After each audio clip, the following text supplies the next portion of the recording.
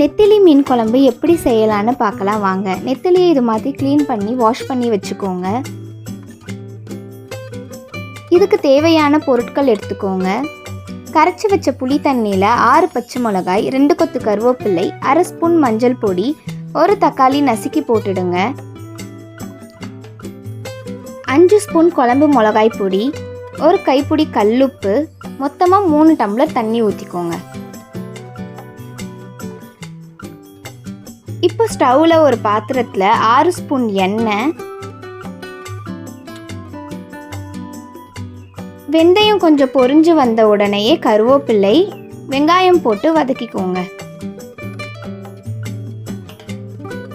இப்போ ஒரு தக்காளியை எடுத்து பிசைஞ்சு விட்டுக்கோங்க. பிசைஞ்சு விட்டால் டேஸ்ட் இன்னும் நல்லா இருக்கும்.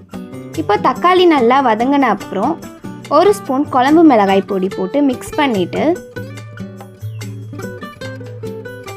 கரைச்சி வச்ச தண்ணியை ஊற்றிடுங்க. 5 நிமிஷம் ஹையில் வச்சு கொதி வந்த அப்புறம் நார்மல் ஃப்ளேமில் 30 நிமிஷம் கொதிக்க விடுங்க.